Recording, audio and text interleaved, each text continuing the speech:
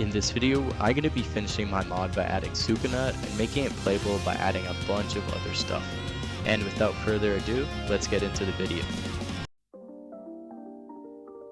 The first thing that I made was Dismantle, the ranged attacker shrine. I wanted it to follow your mouse, and then when swiping on an enemy, it would make a slash. So I used the code for maximum output blue, made a slash design, and made it so it would spawn it when on hit. I also wanted to change the cursor icon while the projectiles fired, and ended up picking this built-in crosshair looking thing. And yeah, it was done. Honestly, I wanted to go through this section quick so I could talk about. This wasn't the second thing I made, but I gotta get that engagement up, you know? So the plan was to make it an actual building, since one, it's supposed to be a domain that's physically present, and building it would make it lore accurate, and two, I'm not spriting all of that.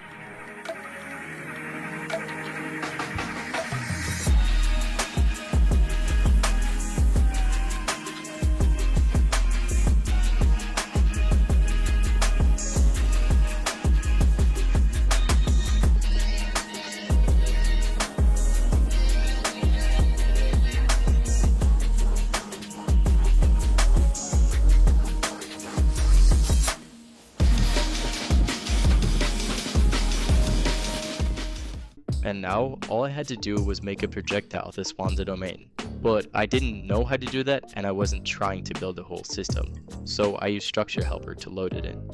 Then, I made a quick cutscene and also added the sure hit effect, which was just to fire dismantles at anything in range.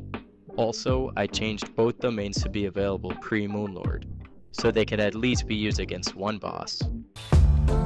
Cleave is a close ranged attack of the Shrine technique, which adjusts itself based on the target's toughness. So to make Cleave, I started with creating a limited range projectile with a line leading to it. I also made an inverted version of the Dismantle slash and put 6 of them in a pattern. To account for the adjusting part, I just made it deal 2.5% of the target's HP to keep it from dealing too much damage. For Spiderweb Cleave, I did basically the exact same thing, but I added curved lines and changed the formation to make it look like a spiderweb. I also made it have longer range, lifetime, and made it do 5% of the target's health, letting it fit into a later stage of progression. And yeah, those 2 items were basically done.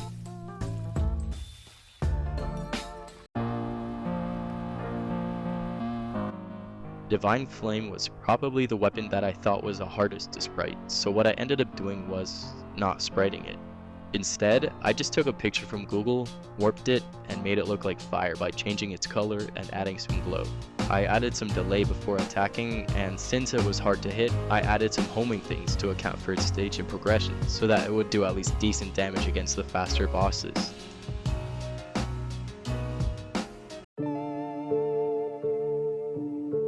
For the world cutting flash, I didn't really do too much for it since I just had the description from the wiki as information. What I came up with was just a buff dismantle that occasionally fired world-cutting slashes that ignored defense and did a flat amount of damage. And for some reason, I was thinking about having mega crits, which would be like critical hits but 1 level above. So I made it work for the weapon, changed the combat text to a different color, and gave it a lot of damage. After I finished Shrine, I had to fix some problems with Limitless since there were 2 things that I wanted to change.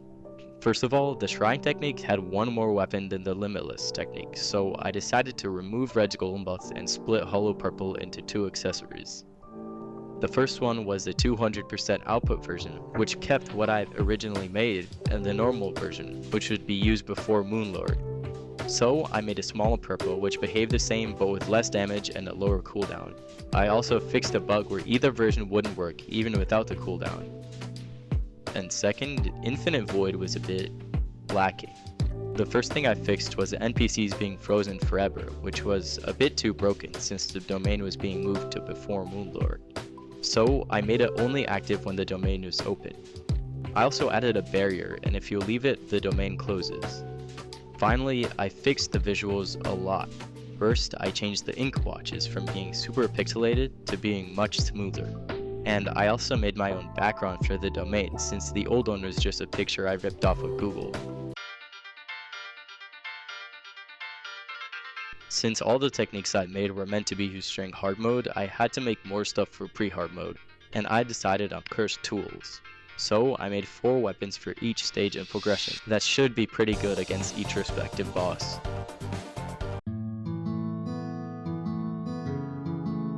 And that was basically it for the content.